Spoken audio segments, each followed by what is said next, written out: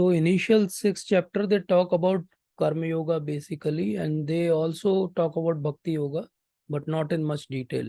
Now from 7th chapter onwards, we are entering into Bhakti Yoga. These chapters are very important for someone who wants to understand the real motive of Lord Shri Krishna, why he spoke Bhagavad Gita, and also to perfect our life.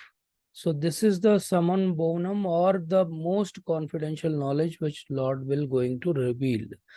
Especially in 7th, 8th and 9th, these 3 chapters are actually backbone or foundation on which bhakti will be established. That's why 7th chapter is called as Bhagavad Gyan, or the knowledge about bhakti and Bhagwan. So he will be giving a glimpse of his opulence also in this chapter. Very nice chapter, one chapter which I like very much, because it is very clearly laid down chapter, and also it talks a lot about the basic questions which we always have about bhakti. So let's first start with Manglasharan, then we'll go forward. So please repeat after me. Om Agyana Timirandasya Jnananjana Shalakaya Chakshurunmilitam Yena Tasmai Shri Guruve Namah. Shri Chaitanya Manobhishtam Sthapitam Yena Bhutale Swayam Rupaha Kada Mahyam Dadati Swapadantikam.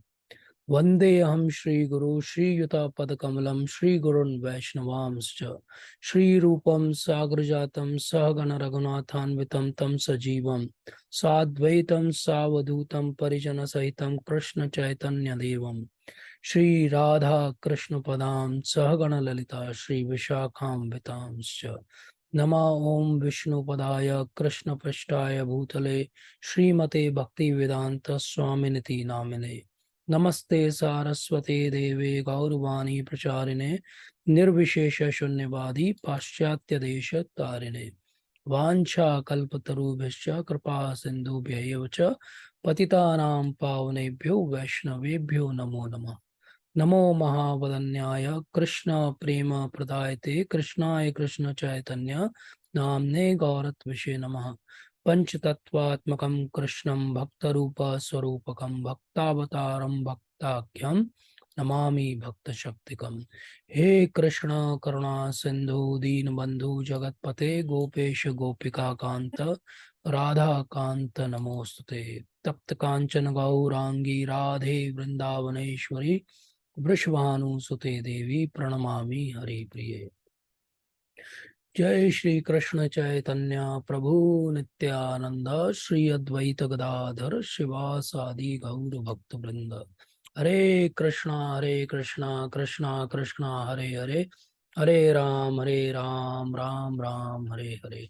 Hare Krishna Krishna Krishna Hare Hare Hare Ram Ram Hare Hare. Hare Krishna Krishna Krishna Hare Hare Hare Ram Ram Hare Hare.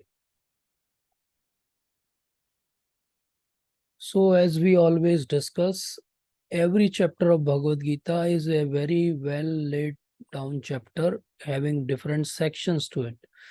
And 7th chapter is also not an exception. Out of the 30 odd shlokas in 7th chapter, we can divide 7th chapter into 6 sections basically. And these 6 sections we are going to discuss today. So first section is consisting of initial 3 shlokas, and then subsequently we'll see how this actually flow occurs. So 7th chapter is also known as the knowledge of absolute, where Lord will be giving knowledge about his own absolute nature. We all have read 6th chapter. In 6th chapter, Lord in the last and second last shloka, he said that if you want to have a steady concentration of mind upon me, then you will have to become a good yogi. Or to rephrase it, Lord said that the best yogi is one who can actually concentrate his mind on me. Yoginam api sarvesham madten antaratmana shraddhavan bhajate yoma same yukta tamomata. Somebody who can concentrate his mind on Sri Krishna is the best yogi. Now, how we can concentrate our mind on something? we should have knowledge about it. Then only we can concentrate. And we can concentrate our mind only if we have faith on that particular entity. So these two things are required. One is knowledge and second is faith. So from where faith comes? Faith comes from knowledge. We have faith on something because we know about it. So same way, if we want to develop that faith, how that faith will come? That faith will come through knowledge. And that's why Lord will describe his opulences and give us very confidential knowledge about himself. Knowing that all knowledge, we can develop faith on him. So why we require all this knowledge?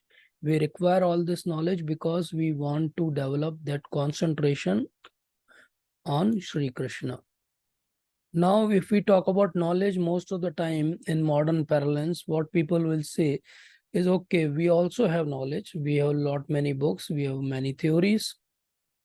What is the difference between your knowledge, what you are giving through scriptures, and our knowledge, which we acquired in colleges, in our studies and higher knowledge and our PhDs? What is the difference? So there are different ways to collect knowledge. One way to collect knowledge is what we call as Pratyaksha Praman. Pratyaksha Praman is thus direct perception. Direct perception is if we see something, then we actually believe in something. Like in English, we say that seeing is believing. So if we see something, then we say that we believe it. Now, problem with direct perception or Pratyaksh Praman is that there are many things which we don't see, but we have to believe. Like we cannot see the wind, we cannot see the oxygen, we cannot see the atom, we cannot see the nucleus, we cannot see the small fragments of the cell, but still we believe in science on them. So all cannot be known through our perception because our perceptions are limited. Our way of acquiring knowledge through our senses is limited. There is limitation to what we can hear. There is limitation to what we can see. We all are students of science and we know those limitations, that we can hear only 20 to 20,000 hertz. We cannot hear any sound which is ultrasonic in nature. We cannot see anything which is infra light. So our senses have limitations. So direct perception always have limitation. So how we actually counter these limitations? In science, we counter these limitations by making some gadgets which can expand our horizon of sense perception. And then comes the role of what we call as Anuman Praman. Anuman Praman means actually we know something, then we try to extrapolate our that limited knowledge on something which we don't know or we cannot perceive, and we come out with some theories. These are known as Anuman Praman, or we are just making an intelligent guess work. And because we are actually equipped by Pratyaksh and Anuman Praman, so we want to understand Lord also through Pratyaksh or Anuman Praman only. So we take out our microscope, our telescope, our gadgets, and then we say that, okay, let me make a theory about God also. And because we cannot perceive either by Anuman or by direct perception, eventually what we say, oh, God doesn't exist. This is a problem with all the scientific actually establishments. They say that they don't believe in God because they say that we only believe in things which either we can hypothesize or we can directly perceive. But actually, this sort of understanding is just like some blind man trying to figure out what is elephant. Now somebody who is having a trunk of elephant in his hand will think that he is dealing with some snake. Somebody who is touching the tusk will think that he is dealing with some arrows. And somebody who is looking at the tail will say that it is a broomstick. So problem with this sort of understanding is that it is a very limited understanding and we don't have that expanded horizon to understand actuality of that situation. So Pratyaksha and Anuman Praman both have their own limitation. Now, how to go above and beyond this two type of perceptions?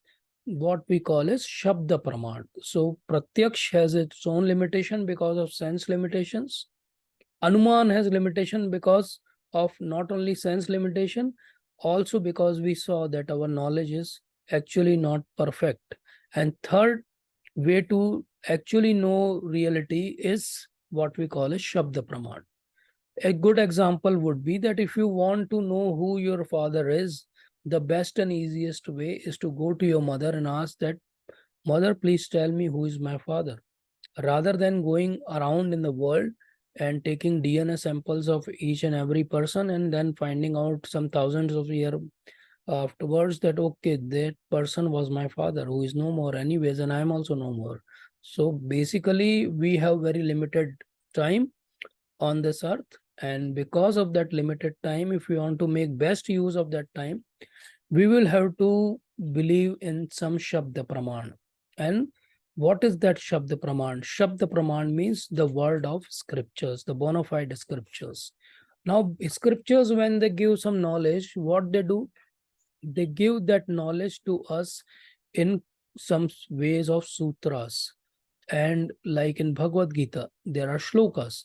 Now we need some guru to understand those shlokas and how to make their use in our life. So with this background, that how we want to acquire knowledge about bhakti, it is not by pratyaksh, it is not by anuman. We will make that decision based on the Shabda Praman. And what is the Shabda Praman? Shabda Praman is Bhagavad Gita, right now what we are discussing, the 7th chapter. Now in 7th chapter, Lord Krishna starts the 7th chapter by saying that Maya asakta manah partha yoga yunjan madashraya samagram mam yatha gyasasti tat shrunu. Tat shrunu. Tat shrunu means listen. Now we were talking about Shabda Praman. Shabda means sound. So we have to listen to that sound. And what is that sound? That sound is what is emanating from the lotus lips of Lord Sri Krishna. So what he is saying, Tat Shrunu. This word is very important. Starting of Bhakti Yoga, the first chapter of Bhakti Yoga, the 7th chapter, the first sloka of Bhakti Yoga, and what Lord is saying, Tat Shrunu. Please listen. So when you listen, then only that bhakti will be arising in your heart. Bhakti is not something which you can just someday think that it will automatically de novo come to you. You have to actually endeavor for it. And what is that endeavor? That endeavor is to hearing from the bona fide authority. And who is the bona fide authority? Lord Sri Krishna is the bona fide authority. So what he is saying? Samagramam yatha gyasyasi tat shrunu. So listen to me what I am saying. So what we discussed till now, if we want to develop faith, we should have knowledge. If you want to develop that knowledge, you have to hear. And what is that hearing process? That hearing process is we have to hear from a bona fide authority. And what that bona fide authority is saying? That bona fide authority is saying, in the form of Bhagavad Gita as it is, Srila Prabhupada in the purport of first chapter, he quotes some important shlokas from Bhagavatam. And he says that, Nashta prayeshu abhadreshu nityam bhagavata sevya bhagavati uttama shloke bhaktir bhavati nashtiki. So if you want to develop that nashtiki bhakti, then what we have to do? Nityam bhagavat sevaya. We have to regularly hear Bhagavad. We have to regularly do seva, offer ourselves to Bhagavad. When we do like that, what will happen? Vidyate hridaya granthis chhidyante sarva samshaya shiyante chay karmani drashti eva manishvare. So what Lord is saying? Vidyate hridaya granthis. In our heart, there are a lot of knots. These knots are not allowing us to understand what is bhakti. And how these knots will be opened up or they will be cut. We can imagine like we are bounded by ropes and we cannot free ourselves now. Somebody will have to do that to us. And who can actually free us? Who can free us? Only Lord and his bona fide representatives who are free. They have that power to free us. So, Vidyate hridaya granthis chindyante sarva sanshaya. Sarva sanshaya. We have a lot of doubts on scriptures. We have a lot of doubts about bhakti. We think that this way is right or that way is right. How we can actually find out what is the right way? Chidiyate sarva sanshaya. Sarva sanshaya. All sanshaya will go away when we offer ourselves to this process of bhakti. So if we want to know about Krishna, that too in its entirety, we have to hear from him. We have to practice the bhakti yoga. We have to attach our mind to him, and we have to have full consciousness of him. So this is very important. These four things, if we are trying to develop in our life, we are actually developing bhakti. So we should ask ourselves, am I hearing about Lord Shri Krishna? Am I practicing some ways of doing bhakti yoga like Nam Smaran? Is my mind getting attached to Lord Shri Krishna? Am I getting full conscious of him all the time? If we are actually progressing towards these four goals, then only our bhakti is developing. That's why Lord says that Jnanam teham savijnanam. What Lord is saying, Jnanam teham savijnanam. So Lord will give us knowledge. Now, in English, there is only one word, knowledge. But in Sanskrit, there is Gyan also and Vigyan also. Now, what is Vigyan? Vigyan is realized knowledge. So, knowledge is everywhere. Bhagavad Gita is in everybody's home. But how many lives are getting changed? Almost none. They will change only when they come in contact with the devotees. Why? Because Jnanam to be converted to Vijnanam, the knowledge to be converted to realized knowledge needs lot of mercy, and that mercy comes from the devotees. So Jnanam teham sa Vijnanam. Lord in this chapter will give not only Jnana about himself, he will also give us ways in which we can convert this Jnana to Vijnana. So all this process of bhakti is what? We all have Jnana. We are actually born, brought up in India, so we know about Lord Krishna, and this is actually problem with us. Why I'm saying so is problem? Because then we think familiarity breeds contempt. We think that, oh, Krishna, I know everything. Yes, sir, you know many things, but actually you don't know systematically the way it should be understood. So you have known something about him from TV serials, from some movies, from this, that, from some social media forwards. Actually, anytime have you sat with Bhagavatam 10th canto? And have you ever tried to read it full page to page? Have you ever time sat with Bhagavad Gita and decided that, okay, today I will finish whole Bhagavad Gita in one go? Unless and until we do that way, that Gyan will never convert to Vigyan. If we want to convert Gyan to Vigyan, we need lot of endeavor from our side, and then mercy will flow from Lord Krishna's side. So Gyan is the phenomenal knowledge, and Vigyan is the numinous knowledge to tell you in the philosophical language. But easy way is to understand that Gyan is what is in the form of some information, and Vigyan is that realized information, the information which we have assimilated. Gyan can be taken up like a fully laid down meal, a 10-course meal laid down on your table. And what is Vigyan? Bits and pieces of it, what you have eaten and assimilated in your system. Now it is part of your system. So Gyan is there everywhere. But Vigyan is something which we have assimilated in our mind. So this is the difference between Gyan and Vigyan. Gyan was there even when we were cavemen. And Vigyan is not there even when we are traveling in the metros and we are traveling to the moon and we are hoping to travel to Mars, but still we don't have that Vigyan. So we might have traveled to thousands of kilometers in the space, but the person who is nearest to us, nearest to our soul, he is Lord Sri Krishna. How many of us have experienced him? If we have not experienced him, then all our knowledge is actually waste.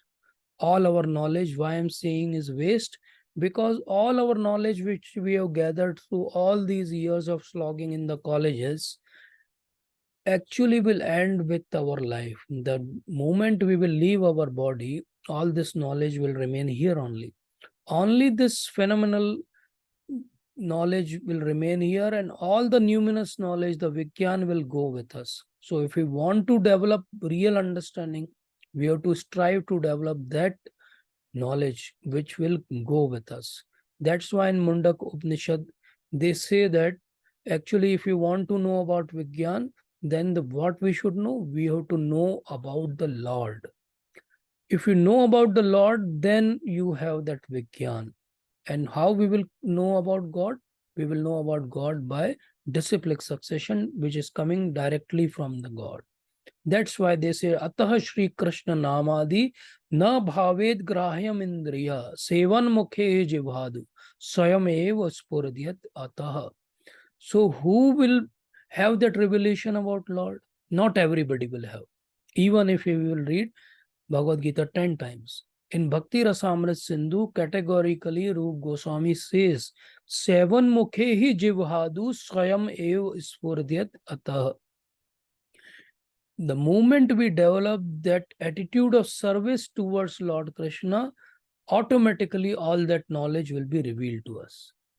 And if we don't develop that attitude of service, that knowledge about Lord will never be revealed to us. That's why Lord qualifies in third shloka that Manushyanam Sahasreshu Kasyat Yatati Siddhaye Yatatam Api Siddhanam Kaschan Mam Veti Tatvata. So out of thousands of human beings on this earth who have existed till now and they will exist in future, Kaschit Yatati Siddhaye. Kaschit means only one of those who will be fortunate will endeavor for siddhis. And what will happen to those many people who will endeavor for such siddhis? Yatatam api siddhanam kaschin mam veti tatvata.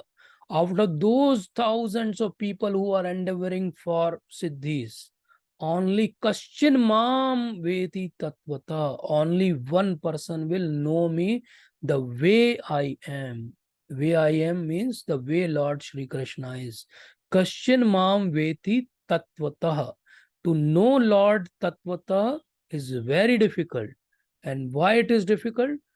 Because we don't follow the process nicely. So out of thousands among men who will endeavor for something, only one will succeed.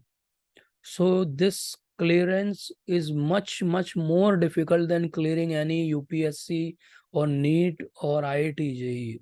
It is really a tough, difficult thing. And how we know it is difficult? Thousands of people will endeavor on only one, and among those thousands, only one will actually try to really understand Lord Tattvata. And how we can actually confirm it? We have lived thousands and billions of lives on this earth. Until now, we have not understood about Lord. That means it is a really tough fight. It is a really difficult job. So non-devotees always say, oh, you do bhakti, I do meditation. Well, meditation is very difficult. You have to concentrate your mind. And you are doing bhakti, you are just dancing, you are just eating feast, prasadam, you are just enjoying your life. Actually, we are doing the difficult job and bhakti people are doing the easy thing. So our challenge to them is, okay, if you say that bhakti is very easy, why not you also come and join us and do the bhakti? Actually, bhakti is not easy. Bhakti is very difficult. Unless you get mercy of some guru, it is very difficult to understand bhakti. And that's why we have to actually understand three aspects. And these three aspects, Lord will now explain to us. If we want to really understand what is the nature of the reality, we have to understand these three things. First is Prakriti, second is Jeev, and third is Ishvara. In first session, in introduction, we discussed that actually Bhagavad Gita deals with 5 things.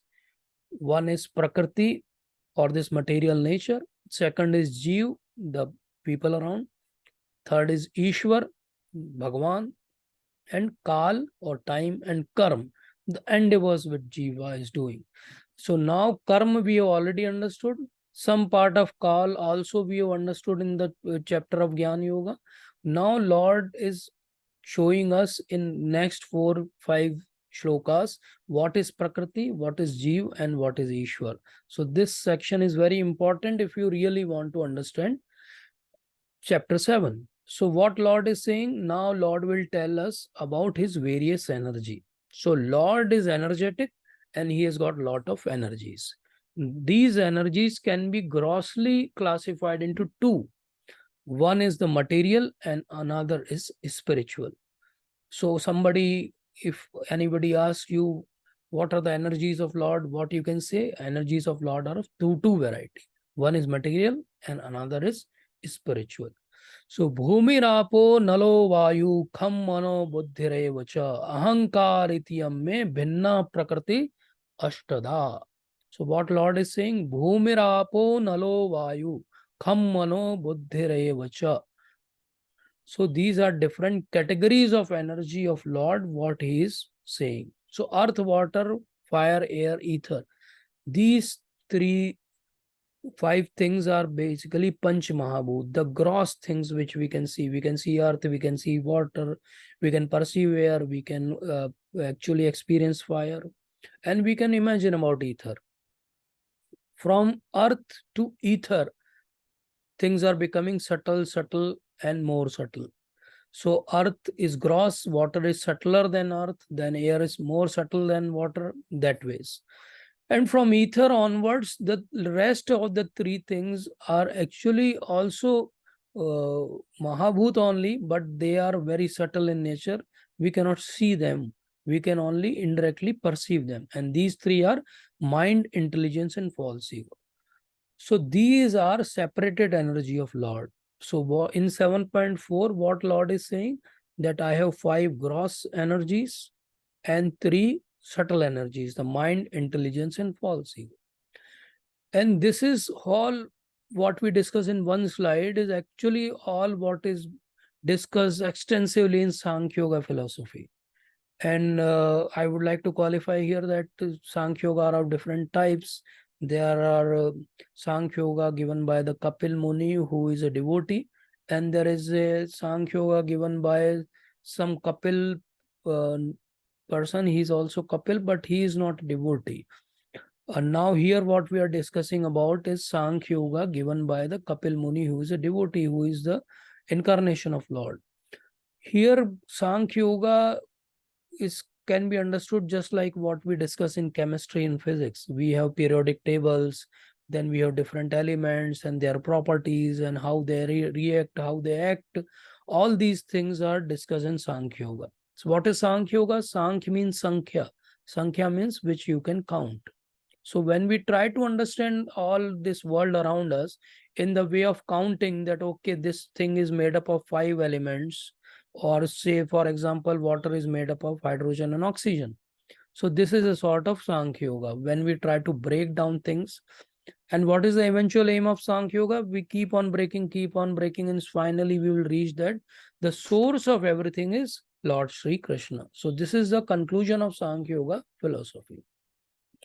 But Lord then says in 7.5 that not only these Panch Mahabhut and these subtle energies which I have, apariyam itas e anyam prakritim vidhi me param jiva bhuto mahabaho yayedam dharayet jagat.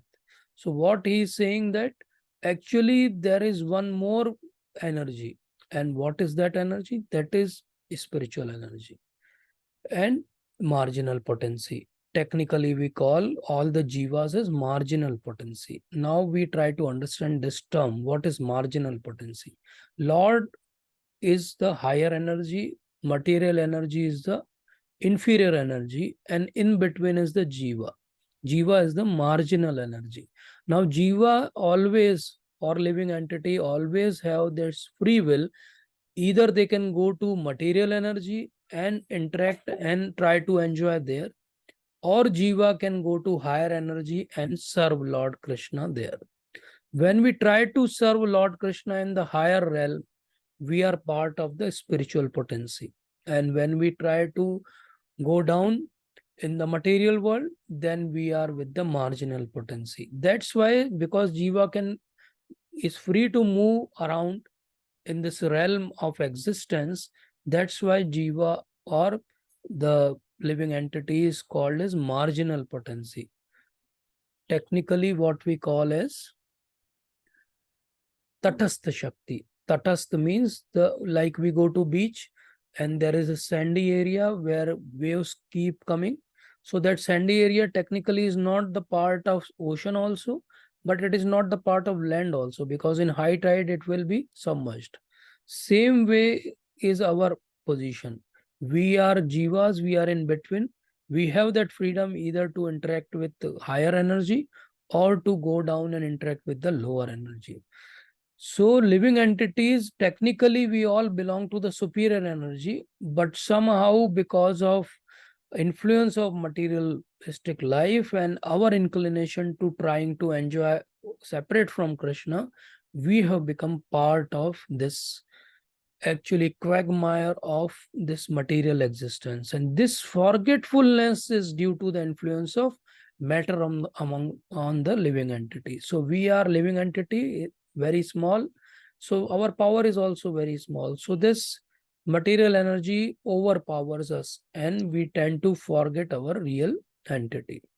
So technically, I don't want to go much more in detail here because this is sort of an introductory session, but I want to introduce few actually terminologies to you, and that terminology is the internal or spiritual potency of Lord is called as Chit Shakti. Chit Shakti.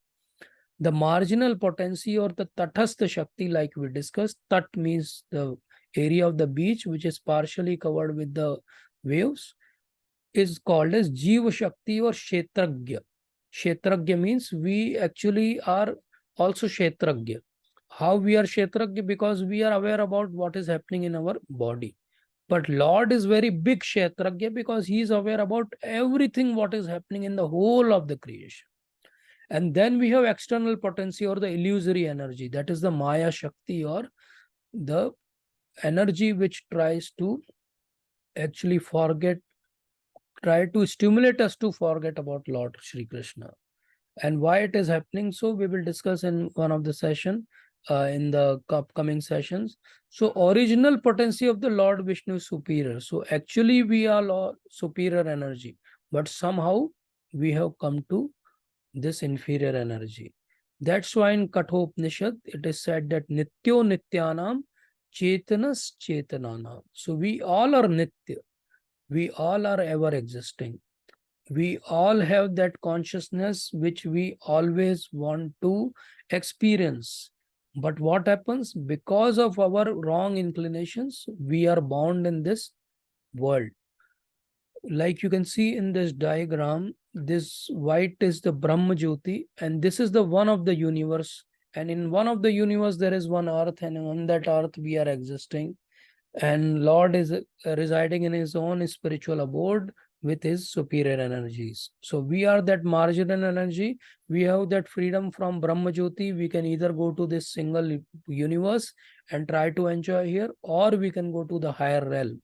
Now, what is bhakti? Bhakti is nothing but we have to develop that inclination that we are frustrated in this world and we want to leave this world and we want to eternally serve Lord in whatever capacity he wants us in his spiritual abode.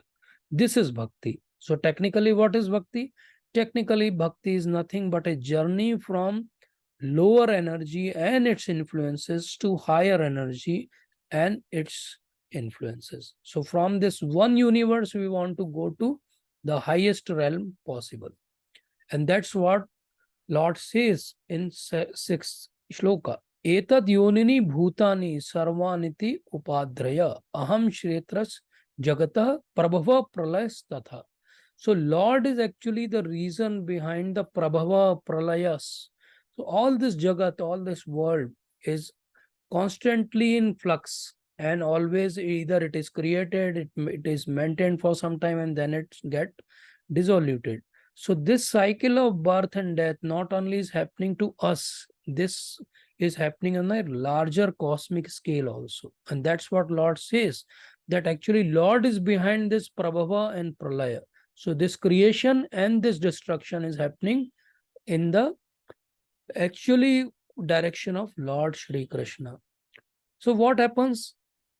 Destruction is just like you can imagine a fine necklace made up of pearls, and this fine necklace is in made up of pearl, and it's accidentally breaks apart. And what happens? All those different pearls will be scattered around. So that's what Lord says. Mattah partaram nanyat kinchid asti dhananjaya mai sarvamidam protam sutre mani ganaiva. So mattah partaram na anyat. What Lord is saying? There is no truth which is higher than me. Kinchid asti dhananjaya. Dhananjaya is the name of Arjuna. Mai sarvamidam protam. I am actually behind everything what you see. And he gives a very nice analogy. Sutre mani gana iva. That analogy is really beautiful. And we will try to understand how it is beautiful.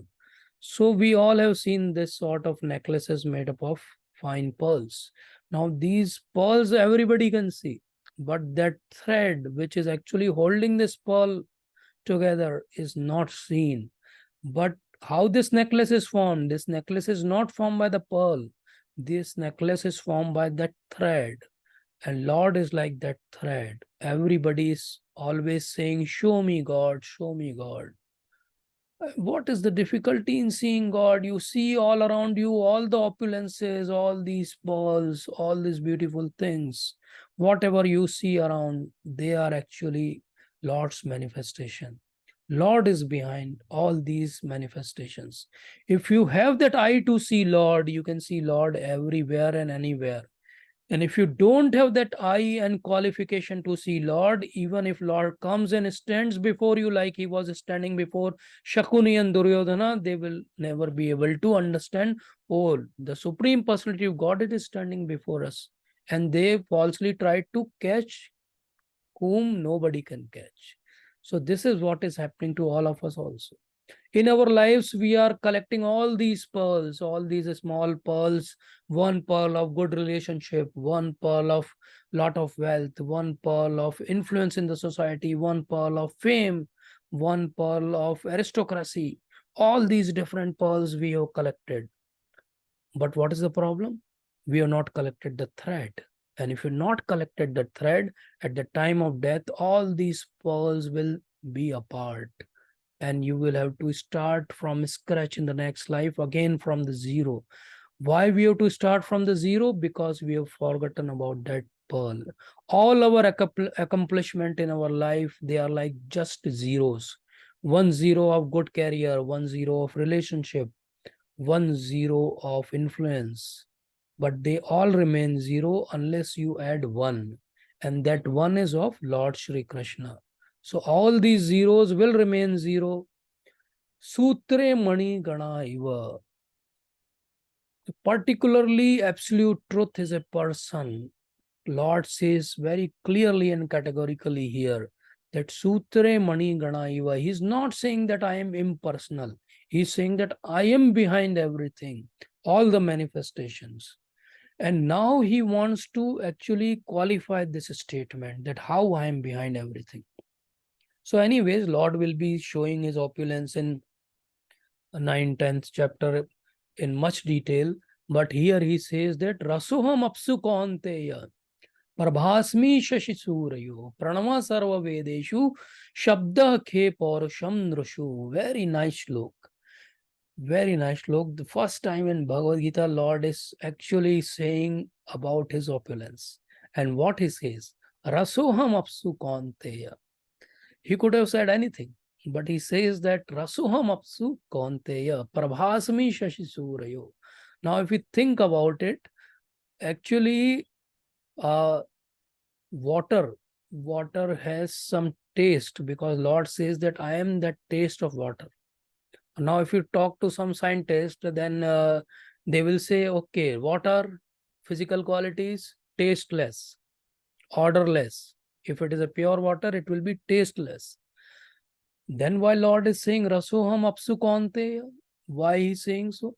He's saying so because if you just pause and think, any taste which you have in your life is because of water.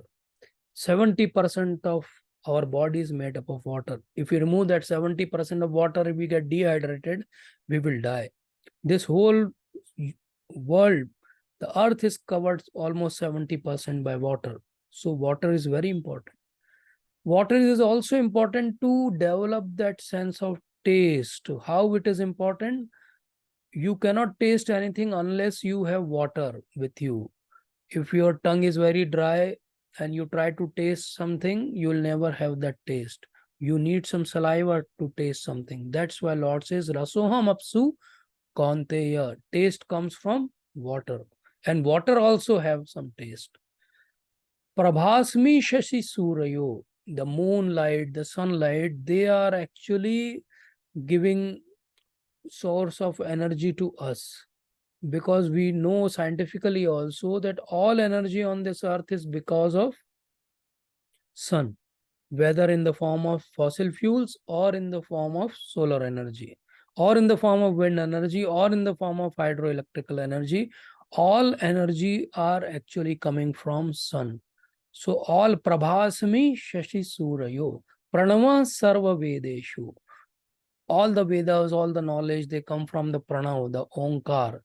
And Onkar comes from the flute of Lord Sri Krishna. When Lord Sri Krishna plays his flute, then Onkar and Gayatri mantra, they come from it. So that's why Lord is saying, Shabda Khe Paurusham Nrashu. Any ability you see in any person, that ability is also coming from Lord. So Rasoham Apsu Kaunteya Prabhasami Shashi Surayo Pranava Sarva Vedeshu Shabda Khe Paurusham Nrashu. All the abilities henceforward you see in the anybody, remember that ability is coming from Lord Shri Krishna. So Rasoham Apsu Kaunteya. And this is a very good way of actually meditating also. When Lord says that I am taste of water, I am radiance in the moon and sun. So anytime you go out, either you will see moon or sun. So if you see sun, then you should remember Lord. If you see moon, then you should remember Lord. Whenever you drink water, you should remember Lord. So very nice meditation which anybody can develop. Anytime you see someone having good abilities, never get jealous of him. Think that that is actually manifestation of Lord Shri Krishna. So very beautiful meditation which we all can develop in our life. Whenever we drink water, don't be in hurry. Just drink water and think that this is the taste of water is Sri Krishna. This taste is coming from Sri Krishna. So nice. So that is very important thing to understand. But what we have to understand, we don't have to become an impersonalist. Okay, taste of water is Krishna, so Krishna is impersonal. No, we know that actually Krishna is behind all the taste. All the taste is because of Sri Krishna. And he again superlatively says one more shloka about himself. Punyo gandha pratviyam cha tejas chashmi vibhavashu jivanam sarvabhuteshu tapaschashmi tapasvishu. Punyo Gandha Prathviyam. We all have actually experienced that sweet fragrance which comes when almost first rain occurs. If you are not living in a city, then mostly you will have that stenching smell of all the waste. But if you are living in some village or some countryside, or if you have a garden, then you can have that smell. That smell comes from Sri Krishna. Punyo Gandha Pratviyam cha. Now you think about it. Not only that fragrance is coming from Sri Krishna. If you take any sweet smelling flower like Rajnigandha or rose, and if you take its seed or a part of it, and you try to crush it and you try to smell it, there will be no smell in that seed. But once that grows and it flowers and those flowers are blooming, then you can have that smell. So from where that smell came in that flower? That smell came from the earth. So punyo gandha pratviyam cha. So that smell is coming from Sri Krishna. Tejas chashmi vibhavasu. So whenever you see fire, fire always have heat, and that heat is also coming from Lord Sri Krishna. And whenever you see anything living, Jivanam Sarva Bhuteshu, any life you see around you, then understand that life is coming from Sri Krishna. Now, if you understand this, that Jivanam Sarva Bhuteshu, then how you can kill someone for your taste of tongue? Jivanam Sarva Bhuteshu. You will not be able to kill anyone for your taste because you understand that Jivanam Sarva Bhuteshu.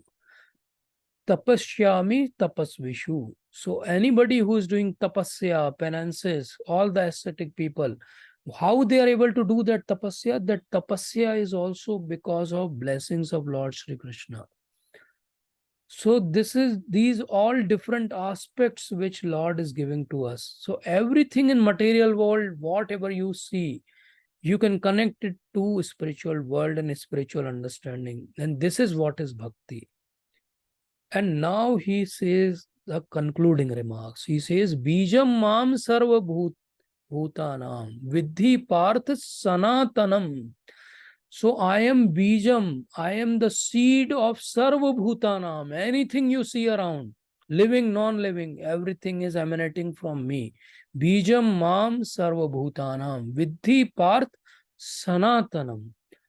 Now scientists say that Big Bang occurred and then creation came and then there is Darwin's theory of evolution. But what Lord is saying? Vidhi Parth Sanatanam. Sanatanam. Sanatanam means always existing. Bijam Mam Sarva Bhutana. All our bij in the form of bij, in the form of unmanifest form, we all are always existing. And any intelligent person you see, buddhir buddhi matam asmi, tejas tejas vinamaham. So any tej you see, any oj you see, any buddhi you see, any manifestation of intelligence you see around, remember that it is coming from Lord. Lord is the prowess of all powerful man. Nobody can become powerful just by himself. Lord is actually behind his prowess. And that is very important thing. Lord is actually foundation of anything and everything we can see and many things which we cannot see and perceive. That's why he says, Balam balvatam chaham kam raga vivarjitam. So we see bal, we see strength all around. People like to flex their muscles and show their strength. What Lord says, I am actually the strength of the strong. But what type of strength? Strength should be qualified by divide of passion and desire. Any strength which is passion and desire for self-enjoyment, that is not coming from Sri Krishna.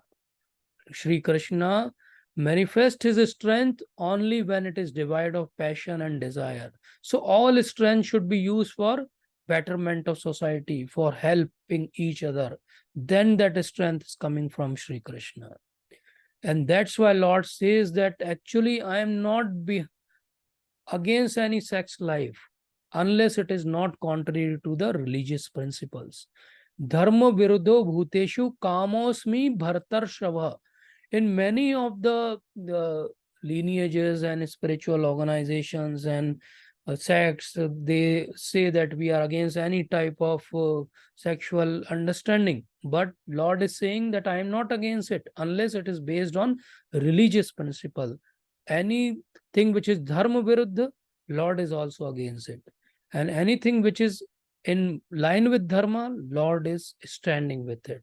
So balam balvata chaham kam rag vivarjitam. So this is very important thing, that regulation is dharma. Regulation, nowadays people don't want to listen this word. They say that, oh, regulation, we don't want to undergo any regulation. We want to have freedom.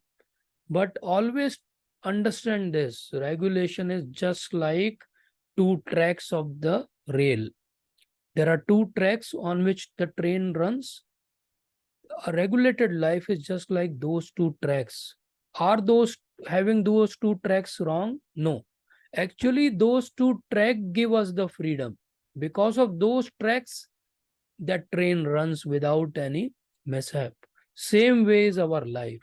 If we want to run our life smoothly, we should have that regulated sense. So till now what he has said, he is taste of water, he is light of sun and moon, he is sound of ether, he is ability in man, he is fragrance of earth, he is heat of fire, his life of living being, his penance of ascetics, he is beach of all existence, he is intelligence of intelligent, in his prowess of all powerful man. ये चेव सात्विका भावा राजसास तामसाश्च ये मत्ता एव तितान विद्धि न ते त्वमह तेषु ते मयि. So what Lord is saying? Now he is introducing a concept, and that concept is there are few people who are in sattva guna and few people who are in rajoguna. And what happens to them is what Lord wants to actually say, sir. So this whole world is made up of three gunas: the rajogun, tamogun, and sattvagun. Tribhir gunmayi bhavera ebhi sarvam idam jagat. So whole this jagat is made up of these three guna: rajogun, tamogun, and sattvagun.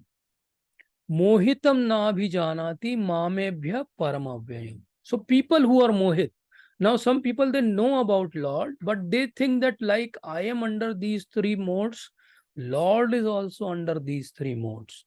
So then Lord Shri Krishna clarifies, no, I am not under these three modes. He says that mamebhya param avyayam. I am avyay. I am beyond these three modes. This whole creation, the material creation is Tribhir Gunamayi. But I am not Tribhir Gunamayi. I am beyond this. I am beyond all the modes. I am inexhaustible. These modes, sometimes they are manifested, sometimes they are unmanifested. This material world, sometimes it is created, sometimes it is destroyed. But I am above all these. And because I am above all the three modes, I am inexhaustible. Now there is one entity which is exhaustible. This is the material nature, and one entity who is the Supreme Personality of Godhead and his spiritual abode, which is non-exhaustible. Now we are in the between. We are the Tatastha Shakti. And what is happening to us? We are trying to enjoy this material nature. And what is happening? Because it is material nature is very captivating, we are attracted to it. And what happens to us? Lord says, Devi eshi gunamayi mama maya durattaya mame vye prapadyante maya metam tarantite. Now we all are under this Devi eshi gunamayi. And very nice day to read the shloka today, Navratri starting. And Devi eshi gunamayi, Durga Mai is there. Durga Mai is the jailer of this whole material creation. Devi eshi gunamayi. What is her quality? She is Gunamayi. She is made up of three gunas. We all have seen the trident in the hand of Durga. That trident is those three gunas, which are actually torturing us. Now somebody may ask why she is torturing. She is torturing because she wants us to leave this world and go to the permanent abode and serve Lord Sri Krishna. That is what she has been given authority. And that's what she is doing. So Devi Eshi Gunamayi Mama Maya Durattaya. Now somebody may say, okay, Maya, no problem. I will go above, beyond, around this Maya. Dear sir, you cannot go above, around, and beyond this Maya. Why? Because Lord has qualified. Mama Maya Durattaya. My Maya is Durattaya. You cannot go beyond it. There is only one way to go beyond this Maya. And what is that? Mamev ye prapadyante Maya metam tarantite. Only way to go beyond this Maya is to Mamev ye prapadyante. Surrender to Lord Sri Krishna. And what he will do? Maya metam tarantite. There is a very good analogy that this Bhavasagar is a very vast, bottomless, shoreless ocean with no boundaries, and if you are a tiny jiva trying to swim in this, you will never be saved from this. You require someone, some way to go beyond this whole creation. And what happens?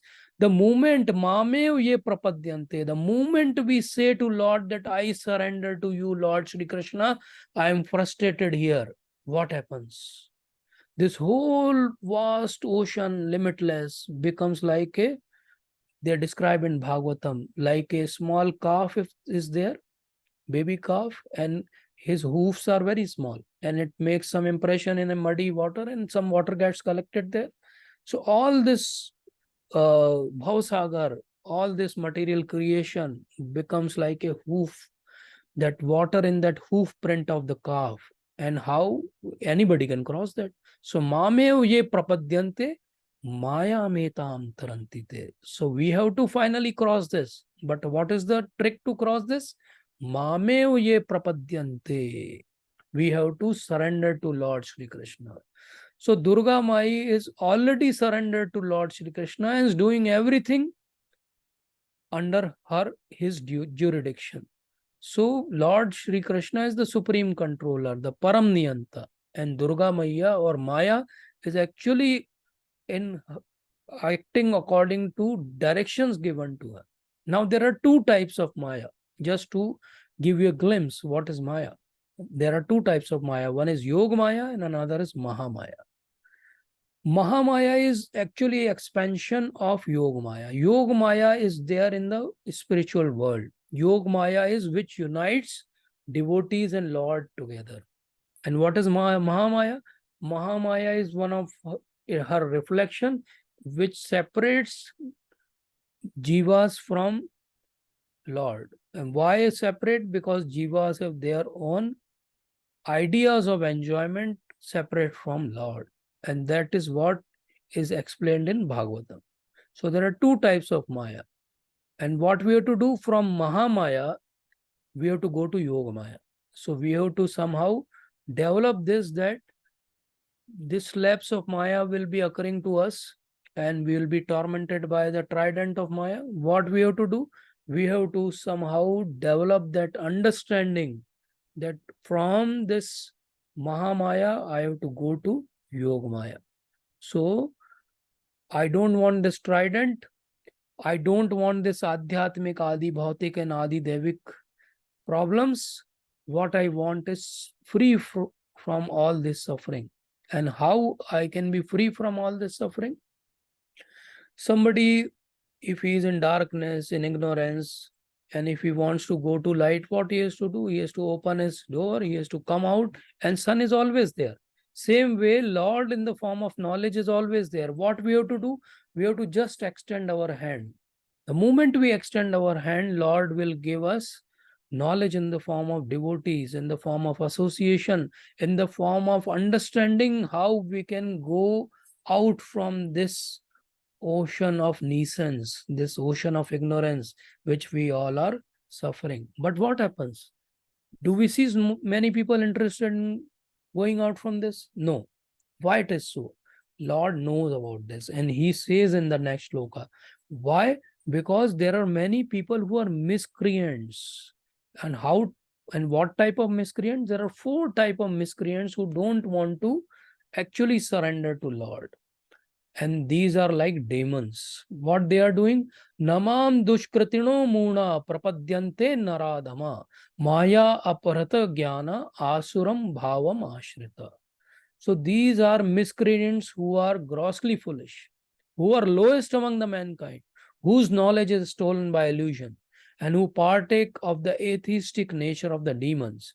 These 4 type of people, they don't surrender to Lord Shri Krishna. So many times it happens, we try to preach to people and say that, okay, you also come, you also listen, you also do something, you also develop yourself in bhakti, but people are not interested. Why they are not interested? But because they belong to these 4 categories. So these 4 type of categories are very difficult to that they will become anytime devotee. First are mudhas, they are grossly foolish. Prabhupada has given a big purport to this shloka, surprisingly. And why it is so, if you read that purport, you will understand, because Lord says that almost maximum population in world today is consisting of these 4 kind of miscreants only. So people, they work like asses, they work like donkey. How donkey works? Donkey works from dusk to dawn, and what he is doing, he is carrying some cloth, and what he gets in the exchange, some grass. That grass is already available everywhere. Why he is working so hard? We don't understand. So they are called as beast of burdens or moodas. The second categories are naradhamas. They have some social and politically developed civilization, so called, but they have no religious principles. So they don't think twice before killing someone or killing some animal or harming someone, because they are socially and politically developed, but they don't have that sense of morality. They are naradhamas. They are humans, but they are adham among the humans. Naradhama. And third category is Maya Apahrata Jnana. Some people have knowledge also, but Maya has actually kidnapped that knowledge, and that knowledge is not accessible to them. And maximum people in India will come in this category. We are not Naradhamas, we are not Moodas, we are born in India, but our knowledge is stolen by Maya. All this Maya of social media, all this Maya of advertisement, they have actually stolen our knowledge. And asuram bhavam ashrita, and then there are people who are really envious towards God. They are atheistic people. They have that sense that we don't want to believe in God, even if God comes and stands before us. They are asuram bhavam ashrita. These four kind of miscreants will never able to surrender to Lord. But there is a good news, and that good news is there are four type of people who can surrender to Lord, and those are chaturvidha bhajante ma. Jana sukratino arjuna, arto jigyasu artharthi, jnani cha bhartarshava. So, O best among the Bharat, the four kind of pious men, they begin to render devotional service unto me. And what are those four? First are the distressed. जब तकलीफ में है तब भगवान को याद करते हैं. The distressed, the desirer of wealth, people who want wealth, they want some opulence. Who can give? Lord can give. Okay, we'll go to him. The inquisitive, jigyasu, people who want to ask questions. They have a lot of questions and they want to find out answers. And I think the people who are attending this session, they belong to jigyasu category. And he who is searching for the knowledge of absolute. Then there are people who are jnani, who have some knowledge and they are trying to complete that understanding. So these four type of people, the distressed, the desirer of wealth, the inquisitive, and people who are searching for knowledge, these four people will come to us. Now today's exercise and homework will be, think about these 15th and 16th shloka and think about yourself, which category you belong, or to which category maximum time you belong. Or are you a mixture of two categories or three categories? Think about it. This is a very good introspection which we should develop. Why we are trying to understand God? Because Lord has already said in 4th chapter that ye yathamam prapadyante tam stathav bhajamyaham. So whatever you ask, he will give. If you ask freedom from distress, he will give that much only. If you ask wealth, he will give you wealth. If you ask for the knowledge, he will give you the knowledge. Actually, what we should ask for is we should all try to understand. So these four people, at least we can think that, okay, these four also, there is wealth seeker, how he can be a good person. But Lord is very magnanimous. He says all four categories are pious people. All four categories are sukratinas. So he is not actually making any distinction. Even if you are artharthi, go to Lord and he will fulfill your requirements. So what he is saying, become sukritino, at least come to me. Today you are coming for wealth, tomorrow you will come for health, next time you will come for knowledge, and slowly you will progress. Today you are coming for knowledge, sometime you are coming with love also. So Lord is very hopeful. He says that, okay, whatever condition you are, whatever adhikar you have right now, understand it, acknowledge it, and start progress from that.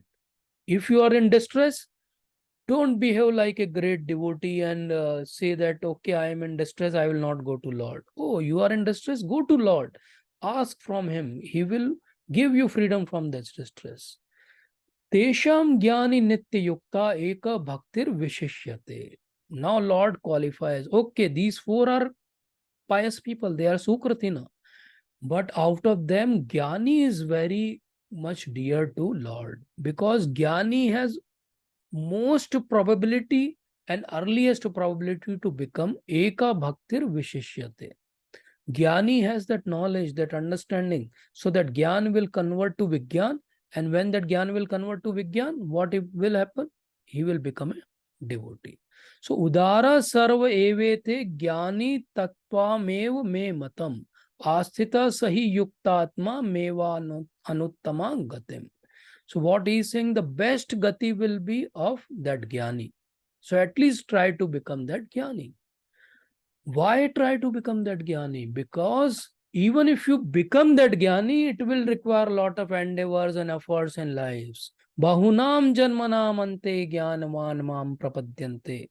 Vasudeva sarvamiti sa mahatma sudurlabha. So what Lord is saying? After so many births, after so many lives and death, some will become that Jnani. And after so many Jnanvans, some will try to understand Lord. And that someone will be understanding that Vasudevam Sarvamiti. The person who tries to understand that Vasudeva is Sarva, everything, Sa Mahatma Sudurlabha. Lord is saying Sudurlabha, not only Durlabha or rare. He is Sudurlabha. He is really very rare. So we try to understand that 4 Sukratinas are there. Out of that, one is Jnani, and then out of those so many Jnanis, one will try to understand after many lives and deaths, Bahunam Janmanam Ante Jnanaman Mam Prapadyante. One will surrender to me, and then when he will surrender to me, he will understand that Vasudevam Sarvamiti. So Sa Mahatma Su Durlabha. So that Sukratino, out of those Sukratino, only one Jnani, and out of those so many Jnanis, only one will surrender. And such surrendered soul is called as Mahatma. So Mahatma is not a stamp. You can call anybody Mahatma. Mahatma is someone who has fully surrendered to Lord, who has understood that he is the Lord is the cause of all the causes and all that is. Such a great soul is really very rare. And if we find such great soul anywhere in our life, we should surrender to him. We have that fortune that Srila Prabhupada is such great soul, Guru Maharaj is such great soul. We should surrender to them. Then only we will try to develop that understanding and that inclination and mood what they have. Because we have already wasted many births and death. How many more we want to waste? We may argue whole our life that this path is good or bad. It is just like arguing standing in the sun that that tree's shade is good or bad. Why not just take few steps, stand beneath that tree and understand what is that shade? So we all are living in this material world, always suffering. Why not just try to develop that inclination that yes, enough is enough. Now I want to surrender to Lord. Let me find that great soul who is a Mahatma and let me surrender myself to him. But what happens? When we are born in India, we have good fortune of finding such Mahatmas. But we have a lot of distractions also. And those distractions are really disturbing. And those distractions are when we try to fulfill our requirements by not going to Lord, but by going to some demigods. We try to surrender to demigods. Now Lord will say why we surrender to demigods and what is the understanding why we want to do that. So kame tes ter ratah jnana. Now people have gyan, but that gyan has been hijacked by kam or lust. And what has happened? Prapadyante anya devata. Now we want to actually fulfill our requirements very fast. And Lord takes time because Lord will purify our heart and purification takes time. So what happens? Then we start going to some demigod that he will fulfill our actually requirements very fast. And what will happen? They will fulfill that requirement because this Prakriti is made in that manner. So people will go to that particular demigod, and because of their lost spiritual sense, because they have immediate fulfillment of material desire, and because they are affected by the lower modes, and their motivation is those small desires, छोटी छोटी इच्छाएं जो पूरी हो जाए. और हम उसी में संतुष्ट हो जाएंगे, तो क्या होगा, हम देवताओं के चक्कर लगाने लगते हैं। जैसे कि कोई सूर्य की पूजा करे अपनी हेल्थ को सुधारने के लिए। Now worshipping sun god for better health is not bad, but why you need better health? If you need that better health to enjoy sense gratification, then it is wrong. If you need that better health to serve Lord and his devotees, then it is good. So worshipping demigod is not bad, but that proper understanding should be there. And that's what happens. Yo yo yam yam tanum bhakta shraddhaya architum michati. So different people have different type of faith and they go to that particular demigod. Now, who is actually strengthening their faith in that demigod? That is also done by Lord. So Lord is not only giving those things, they are eventually sanctioned by Lord himself. Lord is also studying his faith. Now somebody may ask why Lord is doing that. Lord is doing that because he want that actually you should learn to develop faith. Once you have learned to develop faith, now then it will not be a difficult job that you have to shift that faith from demigod to supreme personality of Godhead. So at least develop that faith. So that's why Lord says that, okay, you go to demigod, you do demigod worship, you develop your faith towards some particular deity, your faith will be studied by me, and you will get those requirements which you have. Those requirements will also be fulfilled by me. So because of that particular faith, what will happen? They are worshipping that particular demigod. And with that faith, he endeavors to worship a particular demigod and obtain his desire. But actually, like you can see in this picture, those requirements are actually bestowed by Lord Sri Krishna himself, but in an indirect manner, not in the direct manner. So super soul is dwelling in the heart and Lord is there and he studies his faith, and somehow people develop that faith towards that particular demigod. And what will happen? Such men of a small intelligence, Lord uses very nice analogy, men of a small intelligence, they worship the demigod, but their fruits are limited and temporary. Problem is that fruits are limited and they will not last long. What Lord gives is unlimited and everlasting, but what demigods give is always temporary. So what we have to do? People who worship such demigod will go to the planets of such demigods. People who worship Lord will go to Lord. So what we have to do? We have to develop that faith that we will worship Lord Sri Krishna alone, so that we can have unlimited favor and unlimited mercy. We don't want anything in limit. We want everything unlimited. So actually people don't know how to worship, how to go around and whom to worship. That's why Lord says that avyaktam vyaktim apanna manyate mam abudhaya. So people don't have that buddhi, they don't have that knowledge. They don't understand that Lord has very specific purpose why he appears before us and why he disappears from us. So people think that Lord Krishna has come and then they put their logic and they say, I have also got a body and Lord is also one body. So Lord and me are like same. No, no, we are not same. Krishna is always transcendental, even when he appears on this Bhauma Vrindavan. He is always transcendental and we are always under three modes of nature unless and until we serve him. So these is unintelligent people. They don't understand that Naham Prakasham Sarvasya Yoga Maya Samavrata. Then somebody may ask that, okay, Lord, you are appearing here, but why you don't manifest to everyone? Let everyone understand about you, why they should worship demigods. Then he says that no, Naham Prakasha Sarvasya. I am not manifested to everyone because I am covered. I have made you covered with Yoga Maya.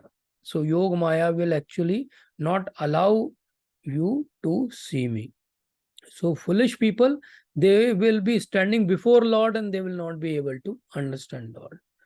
But people who have Vedaham samatitani vartamani nani cha Arjuna bhavishyani cha bhutani mam tu vedana kaschana. So people who can understand Lord, they should have that understanding that Lord knows the past, present, and future. He is beyond this material time manifestation. And because he is beyond this material time manifestation, he can be only understood by the devotees. He can never be understood by the people who don't have devotional attitude. So this seventh chapter is actually starting of devotional service. And in this seventh chapter, Lord has already said 4 type of people who will not surrender to him. Lord has already told us that why he is not manifested to such 4 type of people. Because ichha dvesh samuthena dvanda mohena bharata. Because they have ichha, they have dvesh towards me, and they are always in dvand. So why I will be manifested to such people? So corollary of this is we have to give up our ichha, we have to give up our dvesh or jealousy or enmity towards Lord, and we have to come above and beyond this dvanda of existence. If we can develop these 3 attitudes, we can also go and surrender to Lord. So everybody is actually born in this delusion, and this delusions and dualities, these 2 Ds are actually keeping us in this world. And from where this duality is arising? This duality is not arising from Lord. It is not his doing. This duality is arising from our desire and hate. And what is our desire? Our desire is to enjoy this world, and our hate is towards Lord, that why he is enjoying. Now what we have to do? We have to flip this. Simple thing. Devotion is just flipping this. We have to develop desire to serve Lord Krishna, and we have to start hating this world. Simple thing. If we do this, we will develop that understanding that how dvanda moha nirmukta bhajante mam vrata. So when we develop this desire to serve Lord, we will be beyond these 3 modes, and we will be beyond this dvand and moha. Dvanda moha nirmukta. And what we have to do? Bhajante mam. Then you will say, okay, I also worship. I also worship. No, no, no. Bhajante mam dradavata. दृढ़वत होके भजन करना, तभी हम द्वंद मोह से मुक्त होकर. तो द्वंद मोह से मुक्त होकर दृढ़वत भजन करना, दृढ़वत भजन करने के कारण द्वंद मोह से मुक्त होना. ये एक साइक्लिकल फिनोमेना है. जितना ज्यादा आप भजन करेंगे उतना द्वंद मोह से मुक्त होंगे. जितना द्वंद मोह से मुक्त होने का प्रयास करेंगे उतना दृढ़वत होके भजन करेंगे. और ऐसा जब करेंगे तो तेषाम त्वा अंतगतः पापम जनाना पुण्य कर्मणा. तो एक्चुअली पुण्य क्या है? एक्चुअली पाप के बियॉन्ड जाना क्या है? यही है द्वंद मोह से मुक्त होके दृढ़वत भजन करना. So person who have acted piously in previous lives and in this life, whose sinful actions are completely eradicated, are freed from dualities of delusion. They engage themselves in my service with determination. So this is actually many lifetimes project. Somebody may say भक्ति क्या है, भक्ति हो जाएगी, इतने से हो जाएगी, ऐसे हो जाएगी. नो, कई लाइफ टाइम का प्रोजेक्ट है, क्योंकि धीरे धीरे हम पायस होंगे, क्लियर होंगे. हाँ, किसी को कृपा से जल्दी भी भक्ति एक जीवन में भी मिल सकती है, क्षण में भी मिल सकती है. बट जनरली जिन्होंने पायसली एक्ट किया होगा उनको ही भक्ति आगे मिलेगी. और इनके साथ क्या होगा? जरा मरण मोक्षाय मम आश्रित यतंती ये ते ब्रह्म तद विद्यु कृतनाम आध्यात्मम कर्म चाखिलम. So what will happen? Their all karmas will become adhyatma. Adhyatma karma cha akhilam. Akhilam means everything. Akhil karma will become adhyatma. Now this is a very good concept. And we will be beyond this jara marana mokshaya. So we don't want liberation, we don't want janma mrityu, jara vyadhi. We are beyond all these things. And how? And actually Brahman, because they will know about the transcendental activities. So how we know about Brahman? When we are actually engaging 100% 24/7 in transcendental activity. And if such person is there, then what will happen? Then Sadhi Bhut Adhidevam Mam Sadhi Yagyam Chaye Vidu Prayana Kale Chapi Chamate Vidur Yukta Chetasa. Now Lord is giving that concept that Prayana Kale, at the time of death, such a person will remember me and he will come to me. This is a subject matter which will be extensively discussed in the 8th chapter. So this is sort of introduction to 8th chapter. So what we discussed today, we discussed today that hearing is very important. Tat Shrunu, the first shloka of this chapter.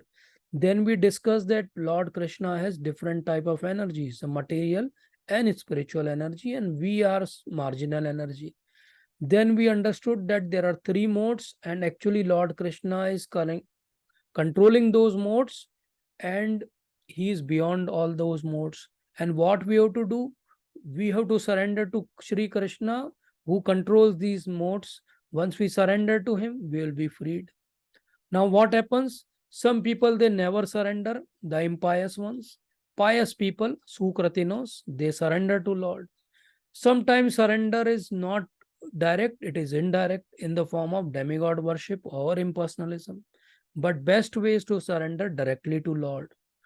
If you surrender to Lord, what will happen? You will be free of all the bewilderment and you will be free from all the dualities of life, and you will be completely knowing Lord Sri Krishna. So this is the gist of all these 30 shlokas of 7th chapter. If you want to understand this flow is simple from where I started. You want to develop faith, you have to have knowledge. If you want to develop that knowledge, you have to hear.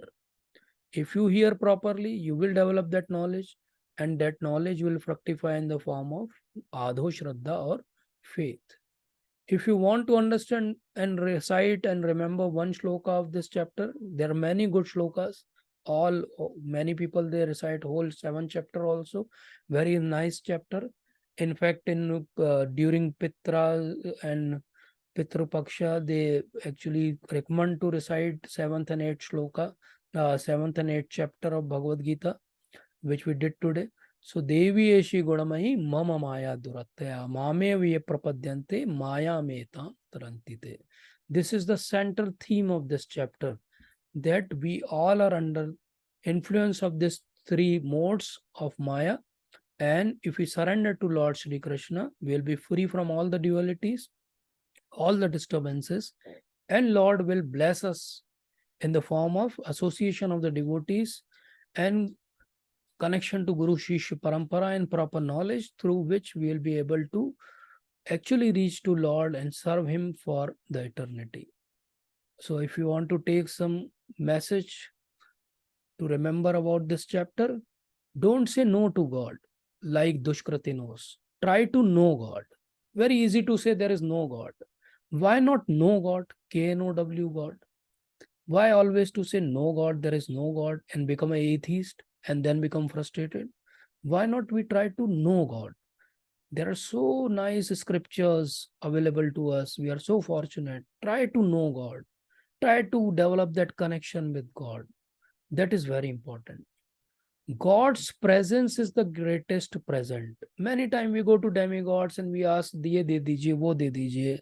ज्यादातर आरतियों में आप देखोगे कि इसको ये पुत्र देते हैं, उसको ये देते हैं, उसको वो देते हैं. सारी आरतियां इसी से भरी हुई है. पर हम जब भगवान के पास क्या आते हैं तो बोलते हैं, Lord, I want your presence, and your presence in my heart and my realization of that presence is actually the greatest present you can give to me. I don't want any other present.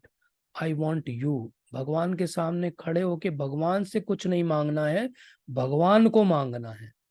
भगवान से नहीं मांगना है, भगवान को ही मांग लेना है. और ये समझना है कि कोई डेमी गॉड्स की, देवताओं वर्सेस लॉर्ड श्री कृष्णा की कोई फाइट नहीं चल रही है, कोई WWF नहीं चल रही है. डेमी गॉड जो हैं इस पूरे कॉस्मिक मैनिफेस्टेशन के बहुत इंपॉर्टेंट पिलर्स हैं, एडमिनिस्ट्रेटिव, और इनको अपॉइंट भी भगवान श्री कृष्ण ने ही किया है. तो उनकी कोई कंपटीशन नहीं है. Demigods are not in competition with Krishna, they are in progression to him.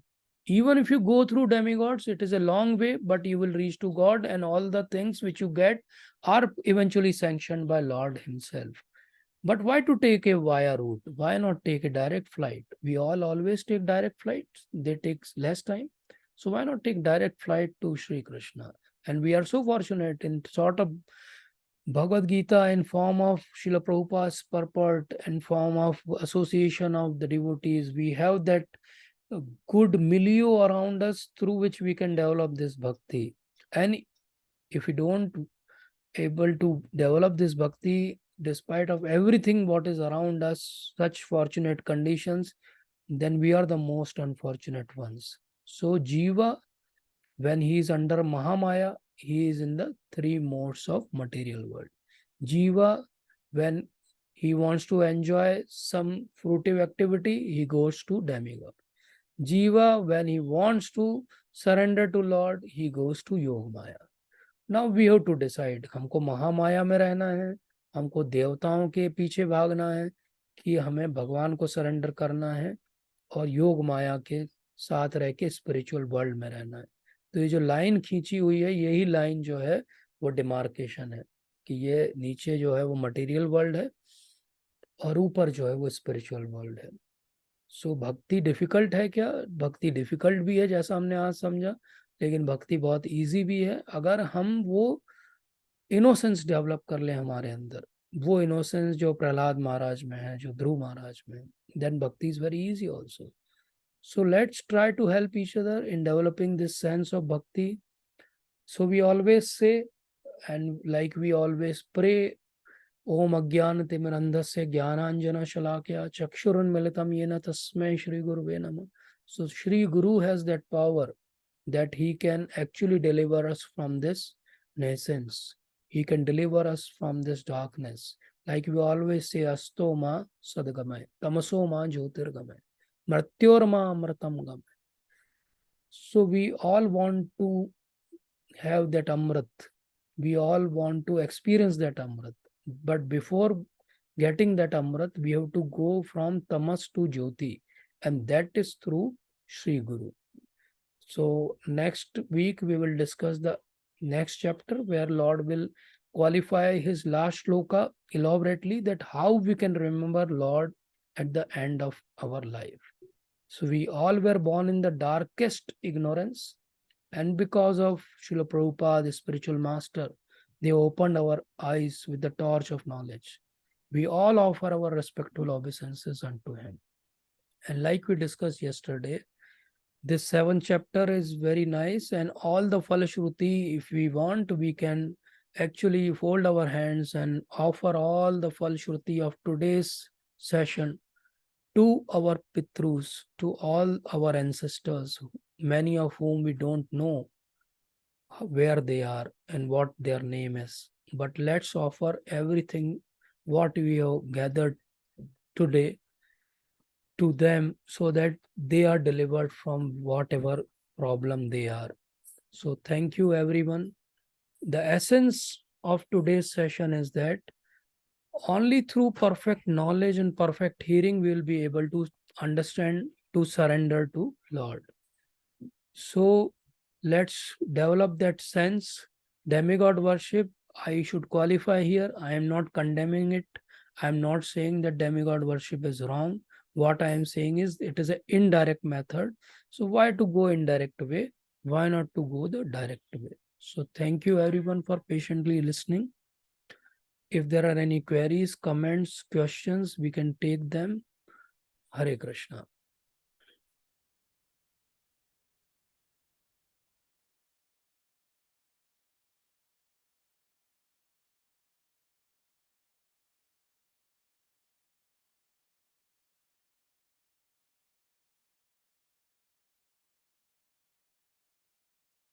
Or if there are no queries, maybe everybody has understood everything.